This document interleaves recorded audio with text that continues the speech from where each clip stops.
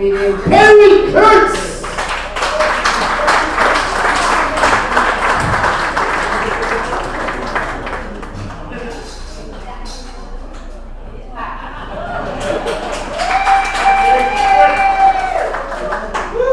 Thank you very much.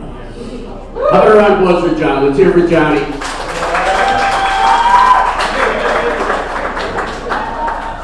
Rode up here together in the car with him. I'm so glad we're separated now. Okay, so welcome to the show. My name is Kurtz. Can everybody see me from where you are? I want to make sure you can see me in my jacket. Can you see the jacket?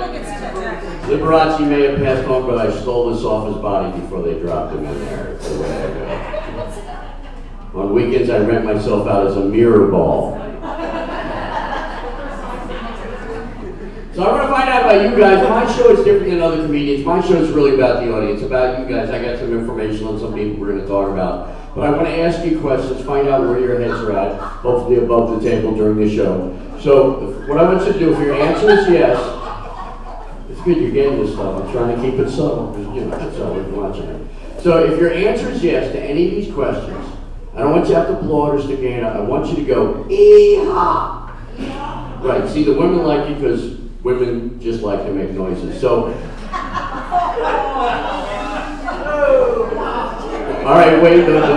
See, the guys are always premature. They're always a little bit too early. That's the problem, guys. All right, so on the count of three, always. All right, I'm telling us more than we need to know, but we'll get into that in a little while. All right, so on the count of three, everybody go ee-haw as hard and as long as you can. Ready? 1, 2, 3. All right, you sound very relieved already. Good. First question, how many people are seeing me today for the first time? Okay. How many have never seen me before? Okay, I confused a couple people. How many people are here tonight? Yeah. How many don't know where you are?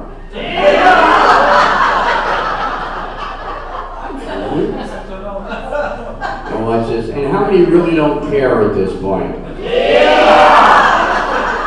Yeah. How many people are drinking? It's the Elks Needed. Of course you are.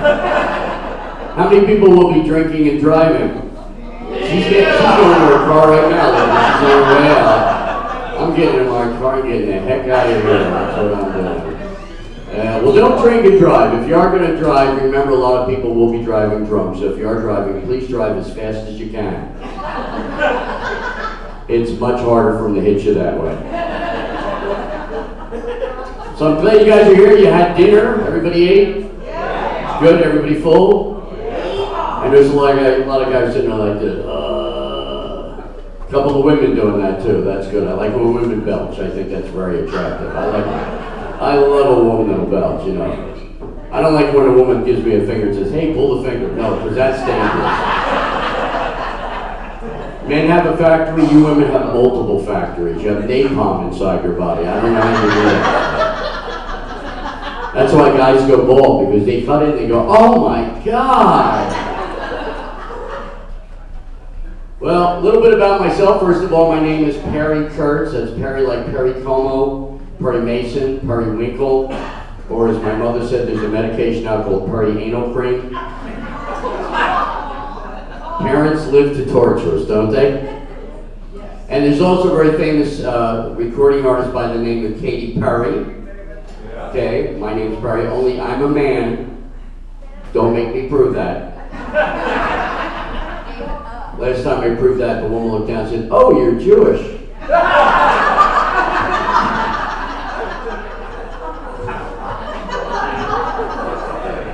I'll tell you when it's a joke. I'm 63 years old, and I've been married to the same woman for 23 years in a row. Sorry! Sorry, you gotta go somewhere? 23 years in a row. See, I say in a row because it is Los Angeles, and people don't usually stay married out here. But I found there are some people that are married a long time. I also play at senior centers and convalescent hospitals. And I don't know if you've ever seen seniors, but seniors, once they hit 83, they will say anything they want. They do not care because they figure they could wake up dead tomorrow. And I always like talking to the couples because when they're together, they're stronger. You know, you become a couple who have double the strength. So there was one couple sitting up front, and I said, "Hi guys, are you guys a couple?" And she goes, "Yeah." And I said, "How long have you been together?" She said, 54 years. I said, "Great, how long have you been married?" And she said, 4 years. I said, "So you knew each other for 50 years and then you got married. What made you rush into this?" And she looked and said, "We were waiting for our spouses to die."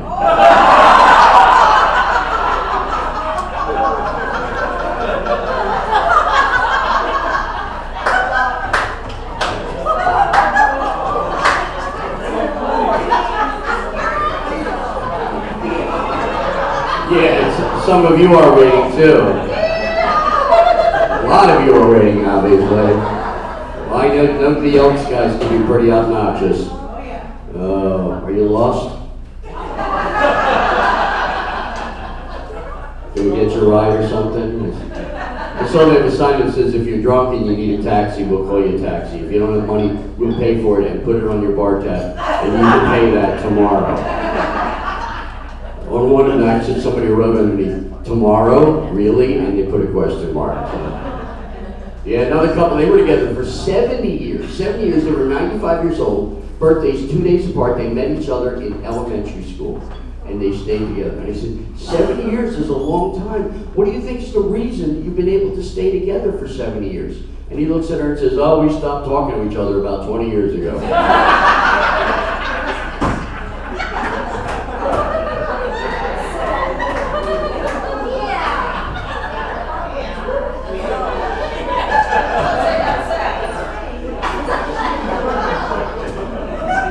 Yeah, the seniors are fun. I call them vintage. That's the way I think. Once you hit 50, you should be called vintage instead of senior. Because vintage implies you've been around a while, you've been backed up, you fixed, but you're still working. That's the way I look at it. So if you're over 50 or 60 years old, you're vintage. Forget that senior stuff. But they are crazy. I did a show in Northridge, and after the show, an 87-year-old lady comes up to me, and she goes, "Hi, honey, can I come back to my room?" And she goes like this, "For some fun?" And she's standing there, and eyebrows are going up and down like Groucho Marx on You Bet Your Life. Just standing there, and the eyebrows are just floating up and down. I'm looking at them like falling asleep. And I go, "No, I really can't." She goes, "No, really." And she puts her hand on my face and goes, "Really, baby, it'll be a lot of fun." And I actually felt my body go, "Ugh," you know, I didn't let her see that because you gotta be nice. She said, "Really, it'll be fun."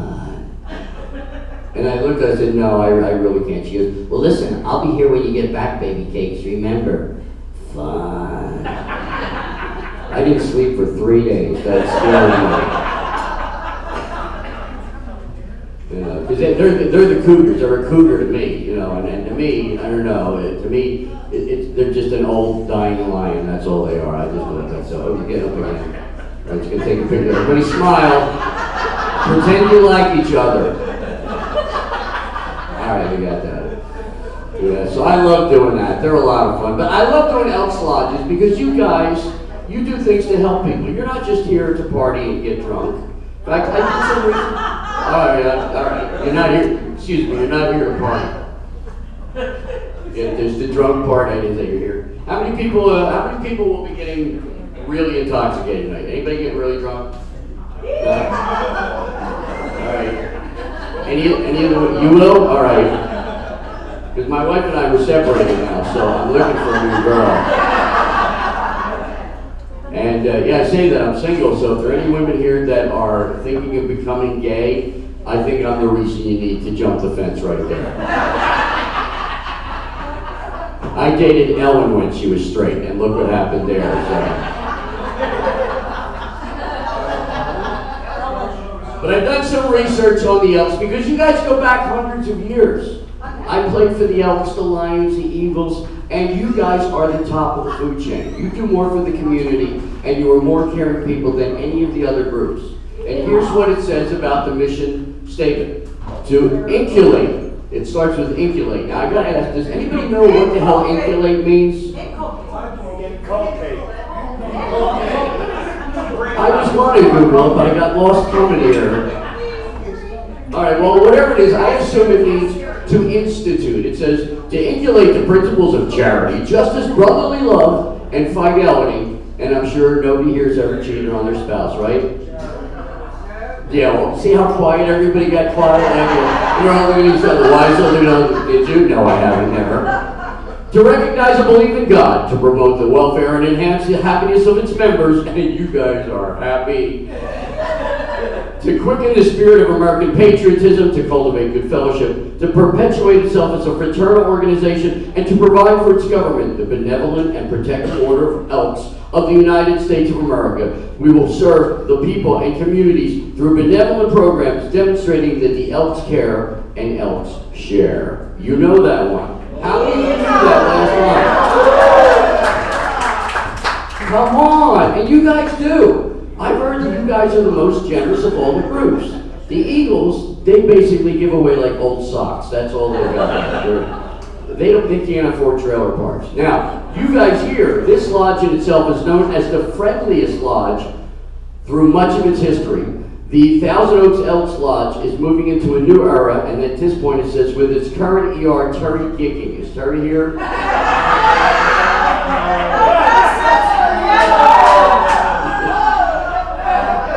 It was so long ago, Terry has passed away, right? Yeah, I knew it was old because it was written in hieroglyphs. That's how I knew. And he said his goal was to get people working together to create an air of excitement in what we do so that they too wish to be part of the excitement. More members will lighten the individual load, and together we can do things it takes to keep this the friendliest lodge in Elkdom. His motto is, memories from the past to rebuild our future.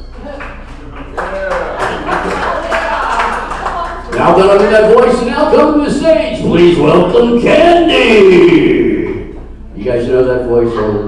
The Gentleman's Club, you guys always say, and now here's Diamond. These girls have a real name, but they're all dead inside anyway. So,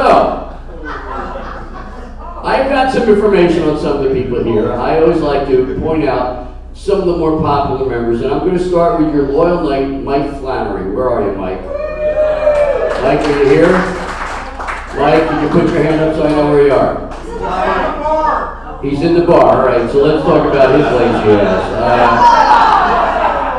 Sorry, I didn't mean to say lazy. Now, supposedly Mike is in charge of the kitchen. Is that true? All right, so if you're not happy with your food, go to the bar and break to him. And he's also, or was a firefighter, is that true? Yeah. Is he still a firefighter? No? Yeah, because he's drunk now. You can't do that. Hold the hose for me! Look, you're wet! You know, I just can't, that would be scary, a drunk firefighter. You know, they just come down the street slow and they're beeping the horn. We're drunk, yeah! All right, David Nacarado. David, are you here? Dave? He's out there getting drunk with Mike right now. So we're not going to talk about it. All right, Tom Gordon. Tom Martin? Hartman. All right, is he the one that's a handyman? Where are you? Right there. Second floor. You just pointed yourself out. Good, you're wearing a nice yellow shirt. That's all right. It doesn't look at all gay. Not all gay. No, you're. Now, supposedly you're a handyman, so you're obviously good with your hands. And has he groped anybody lately? Well, the wife said he is. Good. You're his wife? Yeah. How long have you guys been married? Do you know? 36 years. 36 years. You got kids that you know of? Two that we know of. Two that you know. How old are your kids? 30 and 32. And what do? Do they follow in Dad's footsteps, or are they logical? That's good. That's great. And he's a good guy. He's nice. He treats you well. Pretty good. Pretty good. See, she didn't say he's good. She said he's pretty good. Like, this is good. He's somewhere between here and there. That's good. Well, it's good to see you here and good to see you sitting up again, really. Now, supposedly you are the jokester in the group. You got any good jokes you want to share? There's the one traveling saves that comes in. No, that's all right. All right, yeah. Good try. I've got to give you a couple old people jokes. Two old guys are sitting at a bar. One says to the other one, you know, my wife's an angel. And the other one says, really? Mine's still alive.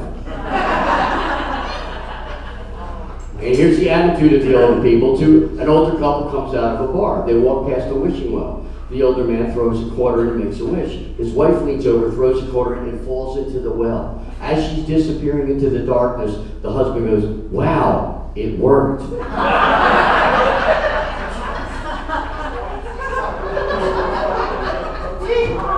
There we go.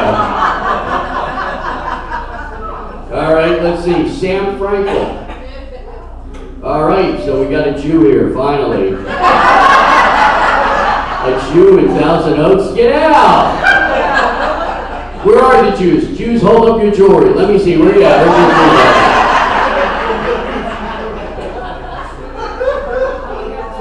jewelry? Right, it's jewelry. That's where it comes from. Right. I said that at one of the senior shows, and one of the older ladies goes, "Ah, me," and she goes, "Oh, is that mine?" You even recognize it. And another one, she's sitting in the front row, all of a sudden out of nowhere, she just goes, I said, you have a question? She goes, no, my hand fell asleep. All right, so that's Tom. Now, Sam. All right, Dan O'Leary, obviously not a Jew. Don O'Leary.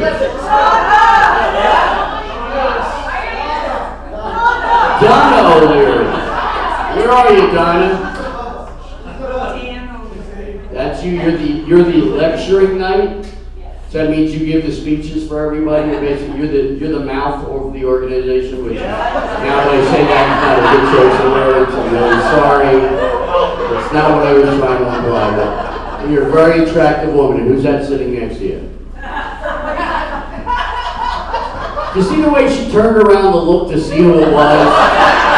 See that? You know who you're sitting next to. You go, wait, who is this? Who is it? Is that your husband? No? Is that a boyfriend? Just some guy you're hanging out with? All right. Are you single? Yes. Really? You too? No thanks, sir. You're not my type. I appreciate it, but you're a very lovely woman. You know, if you didn't have self-respect and sight and the ability to get away, I would be all over you. And you got blonde hair, and I love blonde hair. I don't even care if it's real. I don't care if one's got 2 inches of black roots. I just love blonde hair. The fact that you wanted to be blonde, because you know, guys see blonde hair, go, oh, she's going to be fun, right? You got some blonde hair. Are you fun? Yes. You went, yeah. Fun, yeah. And she danced and shook them a little bit. That was nice. I appreciate that too. Now you're outspoken. They said you used to work at a winery. How long did you work there? 4 years. 4 years, and did you leave because you started drinking up all the profits? Basically? And now you're continuing to do that here. That's great. Everybody raise a toast. Pick up your cups. Let's hear it for your photographer. Yeah! You guys sunk some money into paying her to do this. Just bring your home camera. We need to document this. All right, now David and Annie Pearson. You're the bar. Or David. I'm here.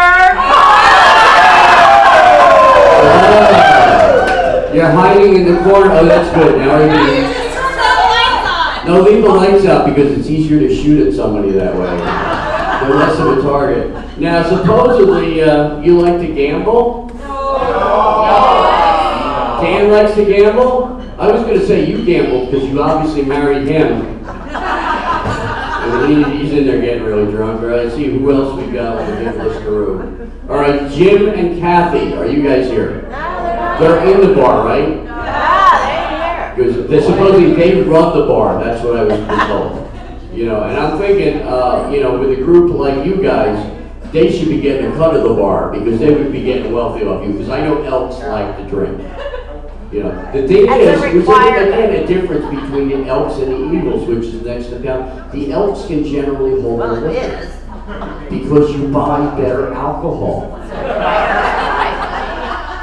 You know, you go to a Lions or a Moose Lodge and they're drinking Pabst Blue Ribbon. You know what that is?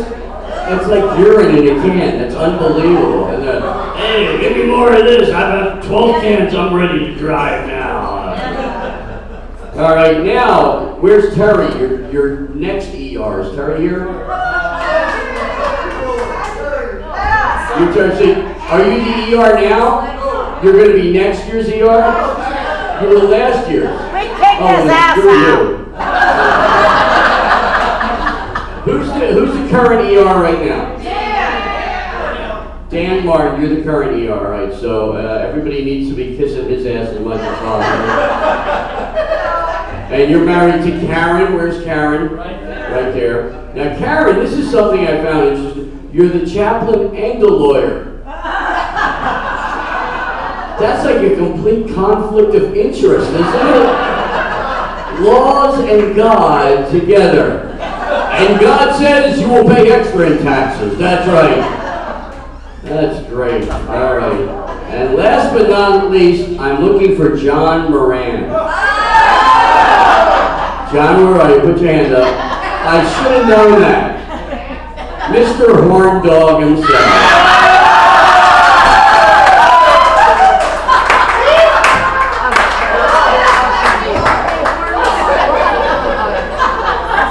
Yeah. What a surprise, huh? They told me that he's a ladies' man, and yet he was hitting on me. So maybe she meant to say he's a lady man. I don't know. Did you bring a date tonight? No? So just gonna pick up one of the girls? I'm gonna just keep my back against the curtain. You guys are a good group. Do we have any birthdays this month? Anybody celebrate a birthday? Anybody got a birthday or you get married? Oh, just saying. Dan, your birthday? How old are you gonna be? Sunday. 47. Everybody play along. Go, yes, you are. And you got a birthday? How old will you be, sir? 39. Jack Benny's with us, ladies and gentlemen. I'm gonna get the comments, Benny. That's right. 39. But see, this is the thing, guys. Never be ashamed to say how old you are. You made it. You made it to get to the age. I guarantee you, most of your friends were betting you would never get to be this old. You made it. Think of all your friends that you went to school with, that you grew up, that are younger than you, that didn't make it. You made it because of willpower, because you said, I'm going to make it to tomorrow. The way it works is the brain leads and the body follows. As long as you want to do something, you can do it. If you know where B is and you're an A, you will find a way to get there. Look, if this guy here can get lucky, if Mr. Moran can get a chance, anybody can get a girl. Of course, you know, I'm sure he pays for it once in a while, right? Well, no, we pay for everything one way or the other. You get married, they say marriage is basically 3 rings. There's the engagement ring, the wedding ring, and the suffering. So you pay for everything one way or the other. But I gotta get the jacket off and kind of work. You ready, ladies? Here we go.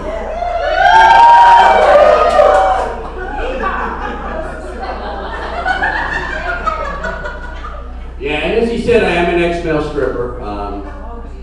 I'll tell you when it's a joke. And I can do this.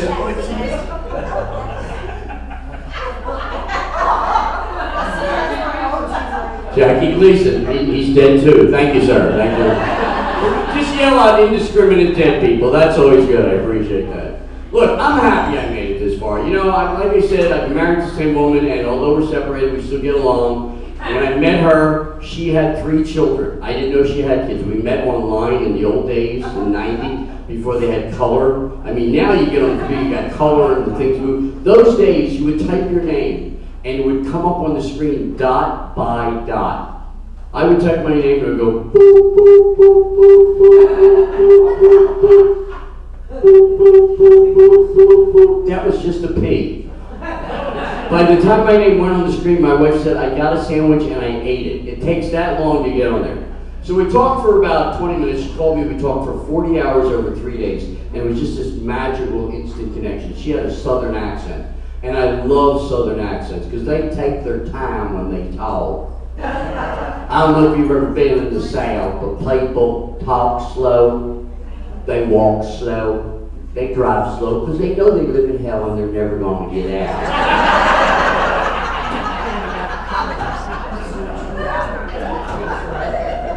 But my wife had this thick Southern accent, and I just fell in love with her. And she came over.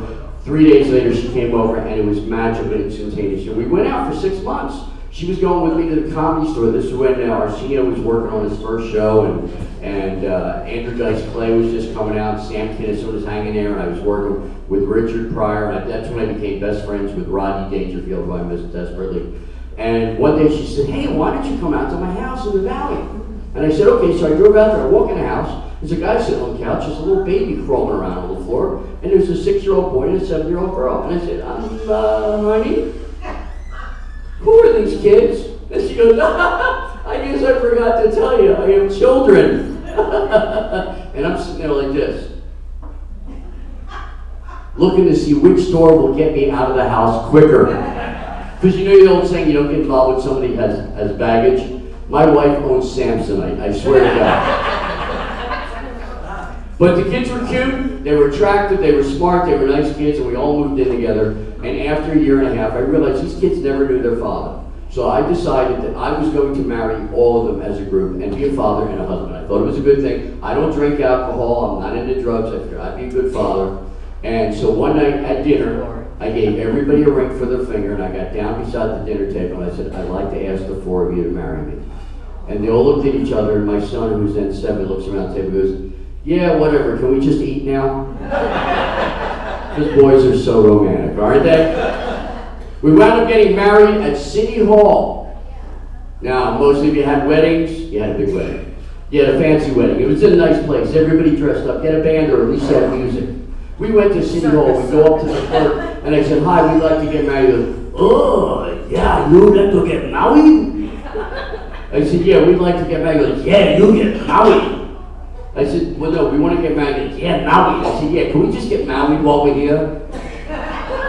He goes, "Oh, yeah, you go sit there, we call you when we're ready." I go, "We wait for you when you're ready, you call us." We went, "Really?" So we're sitting there, and we're all laughing. Finally, we hear, "Sarah and Perry, please come in." We walk in the room, it's the same guy wearing a judge's robes, only now he's speaking in perfect English. It's like he took the Rosetta Stone while we were waiting.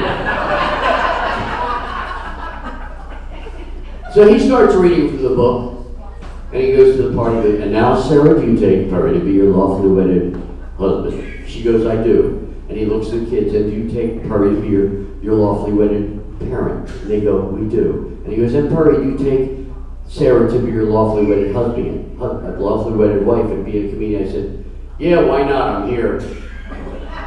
Bad thing, because women remember everything. Forget about elephants' memories. Women remember every stupid little thing you do, and they know just when to jam it in your back every time you do something dumb, which I've heard is about every 7.5 hours. So I give you women credit for being the most tolerant creatures on the earth.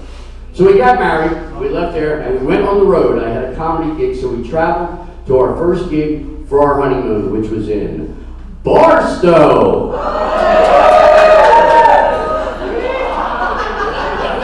Yeehaw is right. Barstow is so small, you pull into it, there's a sign that says, "Welcome to, thank you for coming."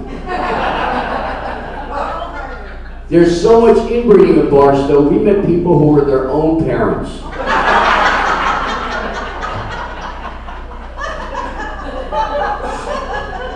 Come on, Bobby, that was fun.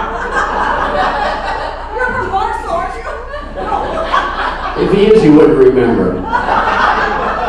We had more teeth than everybody in town put together. It was great. So we did that, then we really went on the road. My wife's from South Carolina. So we moved out to South Carolina for a while and did the road out there, working comedy clubs. Back in those days, the money was amazing. They gave us hotels and travel money and food and stuff like that. And we worked around the Deep South. It was good. I like that. People in the South are very, very friendly. you know, down there, you know, you can not only sleep with the guy's sister, but he'll also thank you for the night off. That's how friendly they are. You should talk. Really? There's some stuff going on back there we need to find out about. Why, you guys from the South? Yeah? Where are you from? What city? He can't stop laughing. It was in Hammond, Louisiana. Oh, Louisiana. Yeah, Louisiana. They're so laid back they don't even say the L. It's just Louisiana. Well, how are you there? You all right? Wow. Good to see you, good buddy. My wife's got this one phrase whenever she was going out. She always said, "I'm going over yonder." And I looked at every map I could find, and there's no place called yonder anywhere in the world. But now I'm getting ready to go on the road. I'm going to fly to New York, and I am not looking forward to it because I haven't flown in like 4 years. And they're saying that the pilots are starting to drink again. Remember that years ago? Now they're doing it again. I don't want to get on a plane and hear the pilot go, good morning, hi. This is your pilot. My name's Robert. And I'll be flying this bucket of nuts at an altitude of 30,000 feet. What? 35,000 feet. What? All right, really, really high. And we should be arriving in about an hour and a half to 5 hours, if we're lucky. Yeah, we're still in the air right now. Okay, good. We're wondering if you could do us a favor and look out the left side of the plane at the ground and see if anything, excuse me, it looks familiar to you. Because we're lost. You really don't want to hear that. And remember the old days you would get on a plane and the stewardesses were nice. They were happy to see you. They would take you to your seat. They would go, you need a pillow, you need a blanket. They would fluff up the pillow for you. Remember that? They're not like that anymore. Now they're flight attendants. It's like, 10A, 10B, 12C. They're just pointing out, you're like cattle. They don't care. I was on a plane and I said, the menu here, it says meat or fish. What do you have today? Meat or fish? She goes, it's cooked. I said, I'll take that. Please don't hurt me. You know, and the bathrooms are scary. Nobody wants to use the bathroom on a plane. You ever hear that toilet?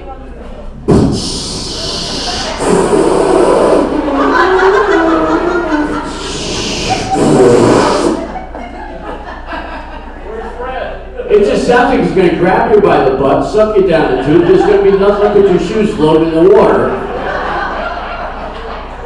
And they're going to be blue at that point, you know? I used to like renting cars when I'm out of town. That's fun when you rent a car. Because you can have fun with it for one main reason. It's insured and it's not your car.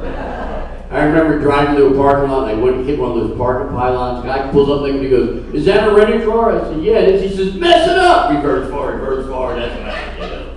But I love traveling. We got anybody here from New York? Any New Yorkers here? All right, good. Yeah, New Yorkers have a different way of speaking. I'm from Philadelphia. Okay? Philadelphia, couple of Philly. What part of Philly? Philly. What part? Philly. The cream cheese bar. The cream cheese bar. Obviously, the guy hasn't got enough dinner. Where? I don't know. It's been a long time. Well, I grew up in Philadelphia. Philadelphia, you know, is a city of brotherly love, supposedly a very proactive city. But all this time, they couldn't spack off the Liberty Bell. You know, you're going to take some hot glue, seal that thing up or something. But people always say, are you from New York? And I go, I'm from Philadelphia. They go, well, you talk like New York. See, I talk. Out here, everybody talks. I walk. I don't walk. A wok is something you cook Chinese food in. No, I don't wash. Wash, you're getting up into Cincinnati. Up there, they're sitting, or they sit on the coach up there. Where you go? I'm going out in a boat and sit on the coach. You know, can you straighten your mouth out just for a minute from up northeast? Hello. But people in New York all sound like they had a pastrami sandwich and they're saving part of it in the left side of their mouth. There it is, and they all talk the same way. How you doing? Yeah, good to see you. How are you? What's up? Hey, yeah, what do you want? I don't know what it means, but that's what it sounds like to me. I don't know. What are you talking about? What are you talking about? Hey! New Yorkers, I'll make you feel at home. Give me your money. Yeah, it's a different type of language completely up there. And the mobsters are different. In New York, when you owe the money, they go, hey! Hey! Hey! In Philadelphia, they add something. They go, hey! Hey! The rooster thing makes it more frightening. Hey! All right, please stop moving your head like that, whatever you want, you know. But I'm enjoying my life. Like I said, I'm 63, I'm getting older, I'm going through things of getting older. I got bifocals, I hate the bifocals. I'm always doing this, pushing them up all the time. Anybody hear of bifocals? Yeah, aren't they a pain? They're not, because see, when you get them, the bottom ones that you see up close, they make everything look closer. So my problem was, when I first got them, I was tripping going up the stairs. It's cool if you trip going down the stairs because you got gravity going against you. But when you're tripping going up the stairs, you just look really stupid. And another thing I've noticed is when people get older, when we can't see something and we want to read, we put our eyebrows all the way up and we stick our lips out. We look at things like this.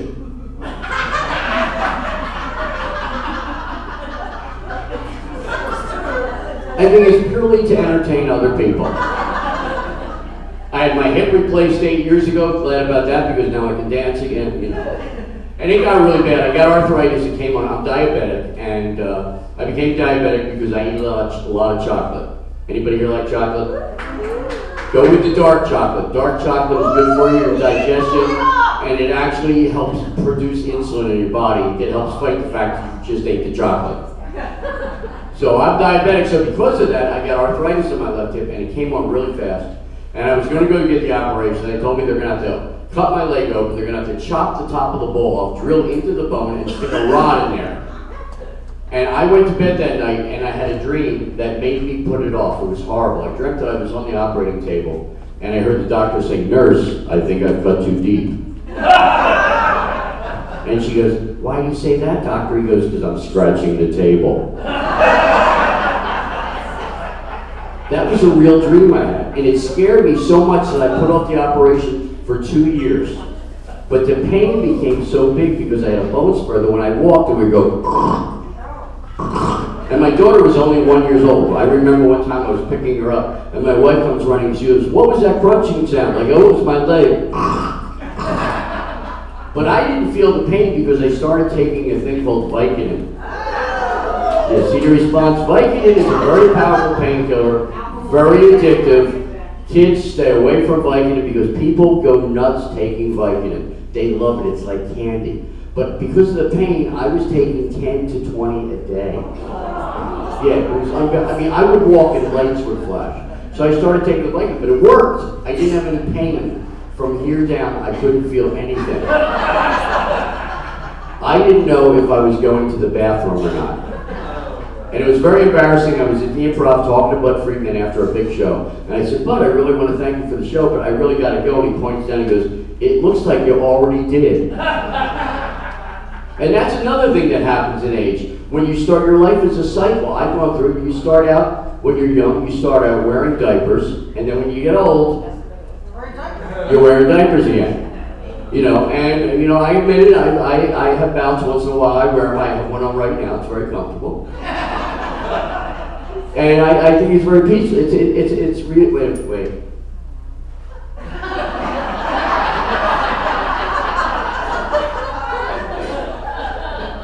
It's great, you don't have to rush out of the room. Go wherever you want, so. Yeah, getting older is weird, neuropathy in the feet, losing the posture, trying to eat better. The good thing I'm happy about is my hair. I have all my hair.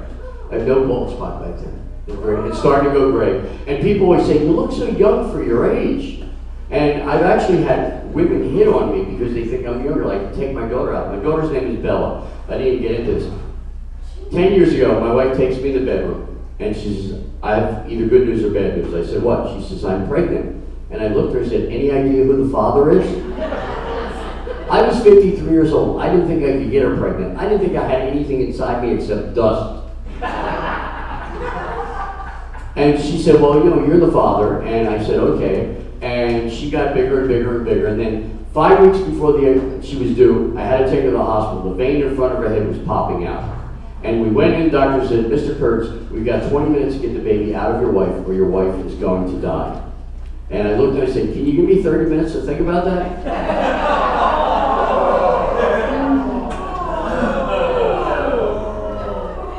He looked at me and said, what are you, a comedian? And I went in, he goes, well, if you want to come in the operating room, come on in. So I wait. I go in there, they got her on a table, they got her stomach open. He's got both hands inside her stomach, and he's pulling stuff out, and he's talking to the nurses, he's taking stuff out of her stomach and dropping it in like he lost a watch in a dumpster or something. And he's just going, yeah, so, and testing, so what'd you do last week? You went to Vegas, with National, don't use National, use Enterprise. Hey, take my wallet out, I go, can you please find my baby? He goes, hey, I've done this before. Really? How many times? He goes, 3 or 4. I go, what? He goes, no, 3 or 4 times. I go, oh my God. Finally pulls her out and he hands her to me. She's this big.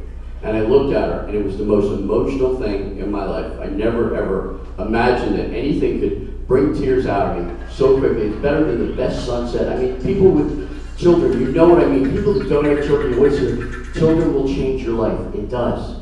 And I looked at her and I started to cry. I'm like, I can't believe it. I'm going to be responsible for this for 18 years. It's going to cost me $250,000. Better be smart. Then they said, would you like to cut the cord? And I said, sure. Now, I thought the cord was going to be something like this. No, it's like this. I go to cut the cord, they give me a scissors, which I was surprised that they gave me a scissors, knowing it's me. And I go to cut it, and the cord is slipping out of the scissors like this. I'm chasing the umbilical cord around her stomach, and the doctors and nurses are hysterical. They're high-fiving, they got a camera out. I'm looking for Ashton Kutcher to see if I'm getting punked in the other room. They finally come over, they hold it, and I cut it. We take her home. 2 nights later, she's in the bathroom, and I walk in the bedroom, and I hear, and I looked around because I thought the devil was in the apartment. Did you ever hear the devil on television? You know what he sounds like? I am the devil. I am Lucifer. Just once, they should dress him up in like a pink jumpsuit, and he should come out, hello, I'm the devil. I'm the Ethel Merman, hi. And he comes out there with my tail, and just once. So I started walking, all of a sudden I hear it again.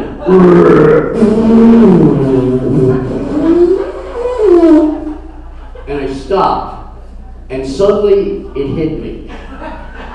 An odor I could not imagine. My nose hairs, my eyebrows, and my eyelashes burst into flames. I fell to the floor, choking, and I crawled into bed and I said to my wife, what is that horrible smell that came out of Bella? She goes, oh, it's baby food. The baby food gives them really bad gas. I go, can we give it to her when nobody's home? So the next night, we're watching TV, and my wife wanted to watch a murder mystery. I want to watch something else. She said, look, I got the TV tonight. I said, all right, whatever. So she went to bed, and then when I went to bed, I thought I'll get even with her. So just before I went to bed, I ate some baby food. Waited about a half hour, crawled into bed, and I said, honey, pull my finger. She ran in the bathroom screaming, that's not fair! I said, I'm sorry, I'll eat half hour before next time. All right? You picking up the empty glasses? Thanks, sir. Thank you. You want anything? Anything for you? You guys all right? How about you? You all right? You okay? Here, I'm going to give you these. We'll pass these over. If you refill these, we'd appreciate it. These beers, take these 2 beers. Just take them. Get out of here. Do it before the church on stage points me out of there.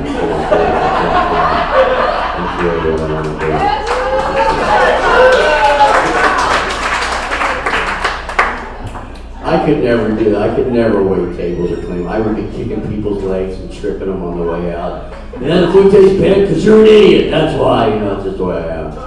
I'm trying to eat better. I still eat McDonald's with my daughter Bella. And Bella is my favorite thing. She's this tall now. She's blonde hair. She looks like a young Anne Margaret. Absolutely gorgeous. And I know she's pretty because when I take her out, women come up all the time. They go, your daughter is so pretty. Your wife must be stunning.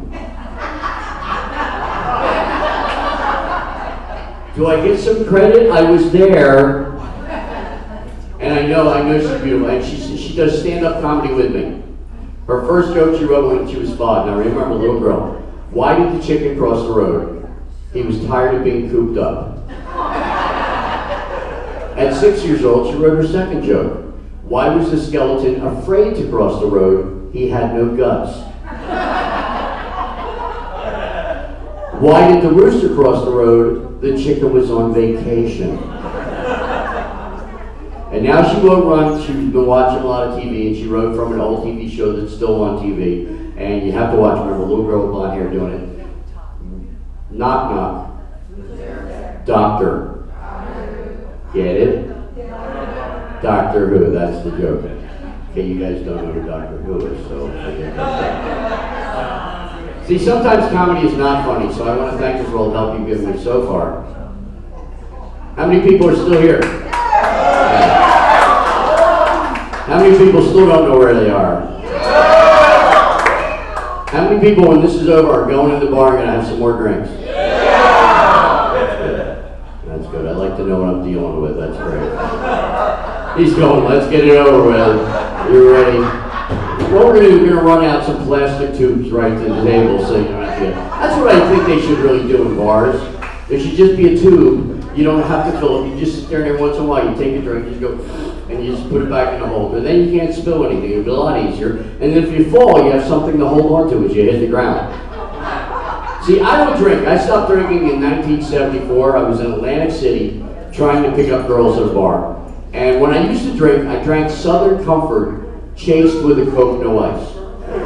Now you hear the sound, you know what Southern Comfort is? It's really strong, but it's really sweet. Because I'm diabetic and I like chocolate, I like sweet. I was drinking double shots, chased with a Coke, no ice, and I drank 2 of them. And this cowboy trucker comes and he sits down and goes, damn, little man like you drinking all that, think you can drink more, little man? And me being a little guy, I looked over and said, sure, if you're buying. He goes, I'm buying. And he hit the bar, and it's like the movies, all the glasses went, they all bounced on the bar. He bought me 6 more double shots of Southern Comfort. Oh God, right, that's almost 3/4 of a bottle. Now I'm a little guy, I'm a little under 6 feet tall. I'll tell you when it's a joke. And I just chugged it. Now the Coke, the soda in back of it shotguns it into your body. So I was total. So he gets up and leaves, and I'm just sitting there at the bar, and I go, all right, time to go. And I tried to get up, and I turned into liquid mercury. And I slowly slid down the stool onto the floor.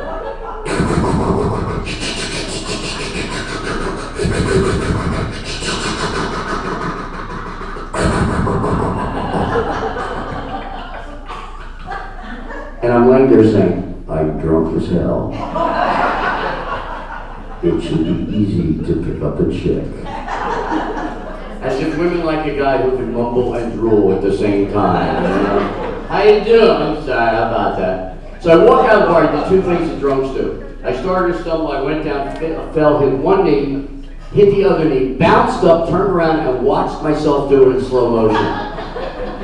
Whoa. Then I did the thing you see the drunks do when they stumble and they stabilize themselves against the invisible wall.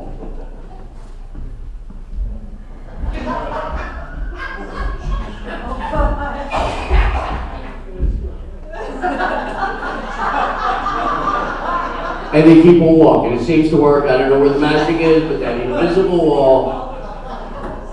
I go into the bar and I'm walking around and talking to women trying to get them dancing with me. But I knew they couldn't understand me because I couldn't understand me. I was walking up the window going,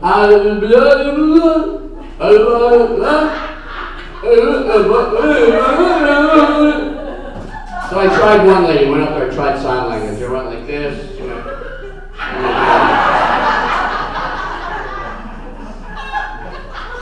The last thing I remembered, I was in the corner talking to a little black girl. Now back in the 70s, the black people were into carving their head like lawn sculpture. They would tease it up and then cut it and put like, you could see street signs and roads and maps in their head and shit like that. And I was talking to this girl and she was just staring at me. But she wasn't trying to get away. She wasn't waving me off. She was just looking at me. and she wasn't responding. So I got upset. I walked out of the bar. I waddled across the street, and I was standing on the end of the dock, looking down at the cold Atlantic Ocean, watching the waves going, nobody loves me. I don't want to go on. I can't take it. I'm going to kill myself. And I stepped off the dock. 6 feet down, sticking out, was another dock that I didn't see. Smashed my head on a metal pipe, woke up the next day in jail. My friend bails me out, it's $1,000. Now that was back in '74, $1,000 like $5,000 now. He put it up, and I said, what happened last night? He said, well, you climbed over 2 10-foot chain link fences to get to it. I go, no, you did. And I said, really? He said, it was a Coast Guard dock. You could have been in jail for a long time. And I said, well, I was a little bit buzzed. He says, a little bit buzzed? I said, the last thing I remember is I was talking to a little black girl. And he goes, black girl? You were on your knees talking to a bar stool.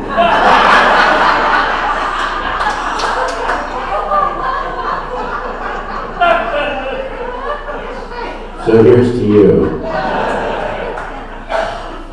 I'm drinking Coke, no ice. I like it uncut.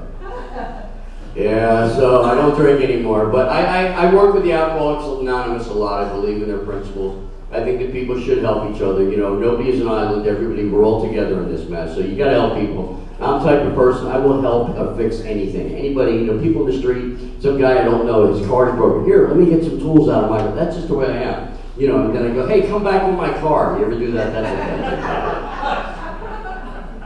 But I got a couple more things I want to do for you. And just trying to decide, let's do something a little bit different. I need a female volunteer from the audience.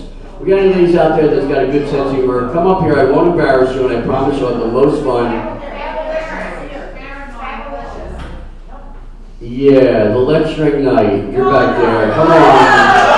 You're a good speaker. You're going to be good for this. I need someone who can talk. Let's give her a round of applause to get her up here. She took like 3 swigs. She said, I'm going to need a lot of drinks for this one. Hi. Come on up, it's safe. All right, now what we're going to do, I'm going to tell a story. You're going to be my arms. So you'll be in back of me, and what I say, you'll act out with your arms, okay? All right, so come stand back, let's let your arms through.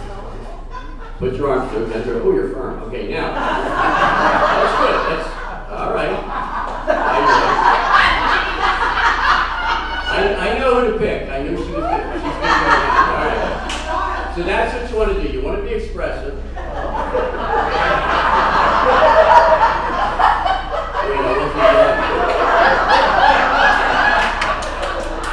Good one. It feels good when she laughs too.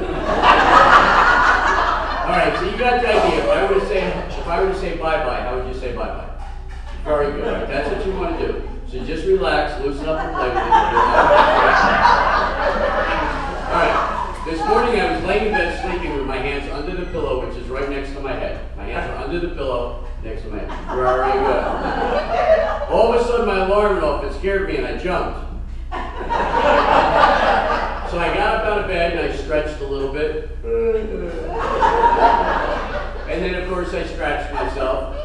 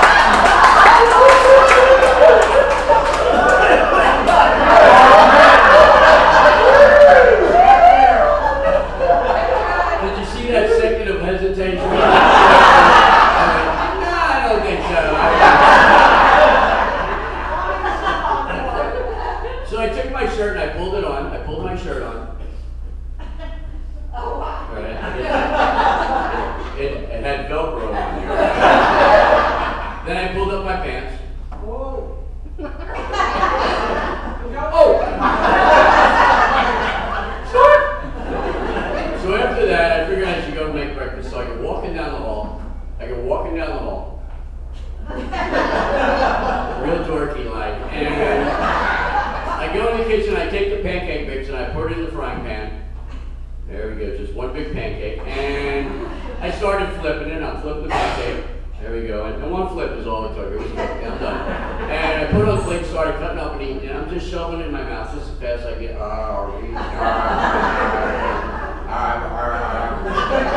with both hands. I must have missed my mouth there. Got a little syrup dripping out the side there.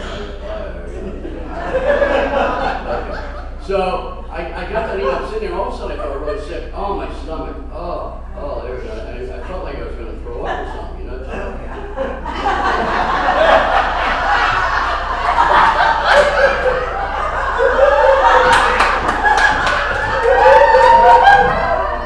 That's always good. If you're going to throw up, cover your mouth. Then when you get that big little stream out of your nose. So I picked up the phone to call the doctor. Picked up the phone and called the doctor. Oh, it's an old phone.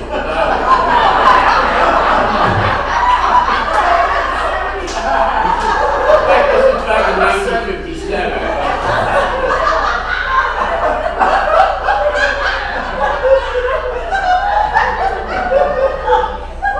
Sorry, I'm having more fun than you are.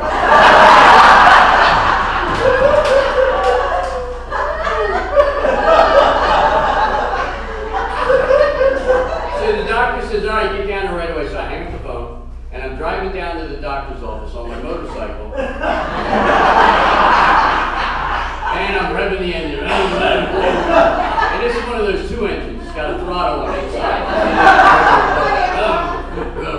As I'm driving along, a guy cuts me out, and I get really angry. I figure I swerve around. Then he jams his brakes on me. I figure I'll show him how angry I am.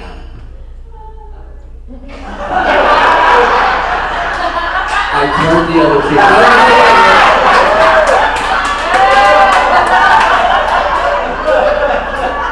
I shot him with two birds in one. I finally get to the doctor's office. I screech to a halt. I hit Papa Wheelie when I stopped. The doctor said, "Well, I need you to fill up this cup for me." I said, "Really?"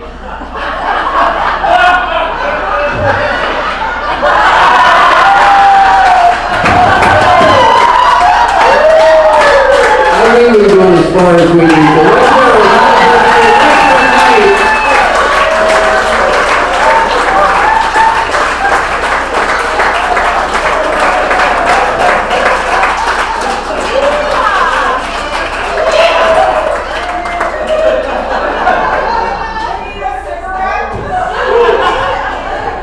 Need a pack of cigarettes after that. Oh my God, you were the best I ever had. She said, I hear that all the time. You were, oh my God. She's back there, she's going like this on me. I'm like, oh, please don't let him notice anything. Oh my God.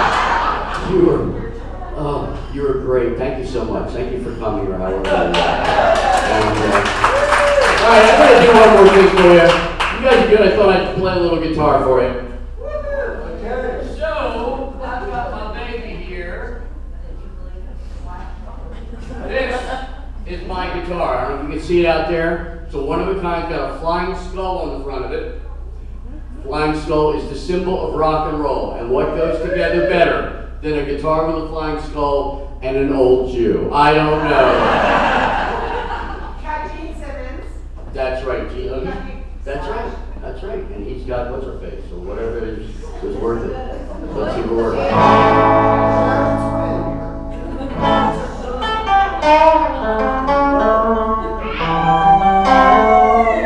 Well, see, that's it is. I started playing guitar when I was 16 because I realized that the girls love guitar players. They do. And I'll show you what it is. Let me make sure I'm in tune here.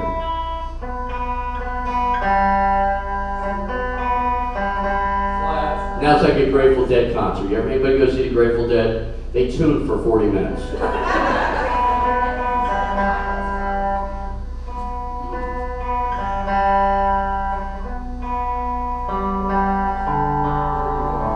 All right. Here's what it is that the girls love.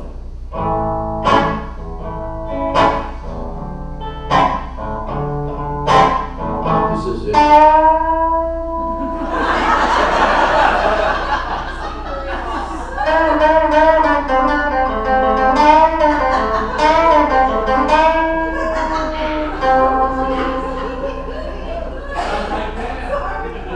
But see, that's what it is. It's the emotion that a guitar player portrays when they're playing. It's not like a keyboard player. They're up there and they're bending notes and they're sitting there going, and then we're going, shut up. They're watching guitar player. And I've always noticed that whenever they stretch the note, it's like the lip is attached to the string. It's like,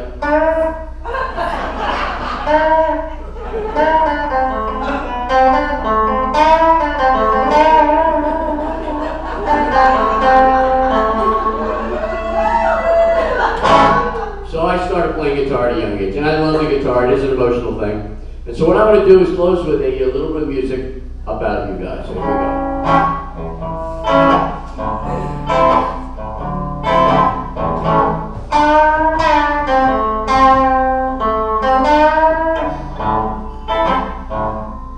If you want to dance, it's okay. Who's going to know you at the Elks Lodge?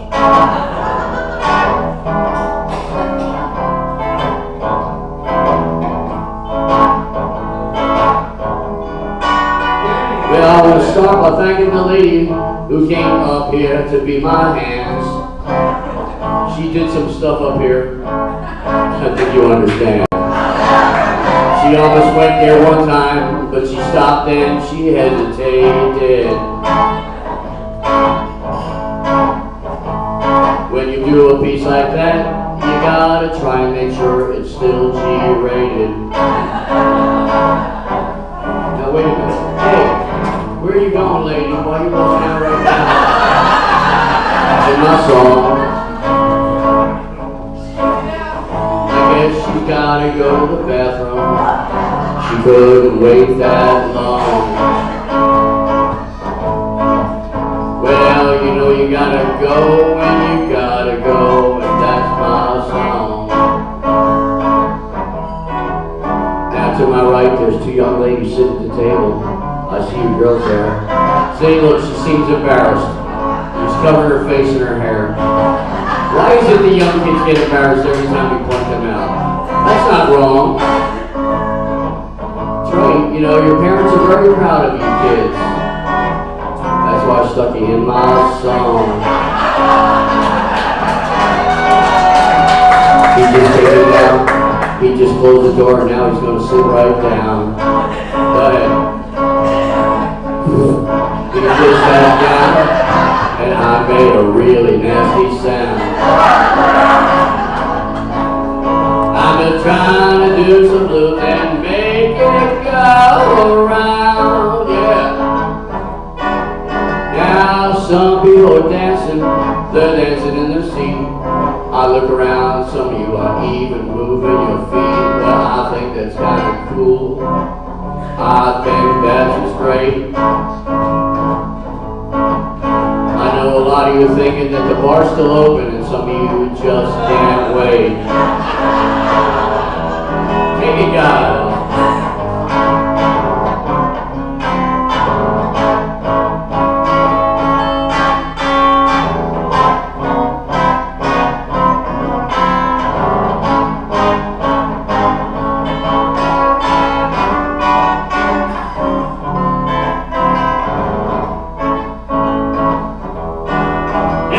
You people out there to help me out with this bit. I'm going to tell you what to sing along. I want you to jump right on it. If you don't want to sing along, well, I really don't even give up. See, sometimes it's funny when you don't say what people think you're going to say, but I keep on doing this, I do this all the time. I get up and I never know what I'm going to say, but sometimes I go really fast, I get dizzy, and I keep on going, but I never ever stop because I like to do it from the bottom again, and then I take it to the top. So now here's your part to jump right in. God, I get tired of doing that. You ready? Everybody go, yeah, yeah. Yeah, yeah. Go now, yeah, yeah, yo. Yeah, yeah, yo. Go now, whoa, whoa, whoa. Whoa, whoa, whoa. Go now, ho, ho, ho. Merry Christmas! You did it, I can't believe it. Sometimes I get up, you know, and I just like to rap my song. song. I do it myself. I never know what I'm going to say, but I never do it wrong. Sometimes I go really fast, I get dizzy, my brain turns pink. I'm up here going so fast, but I never even have time to even think. But I do it all the time. I always make a rhyme, and I always seem to do it and never lose my mind.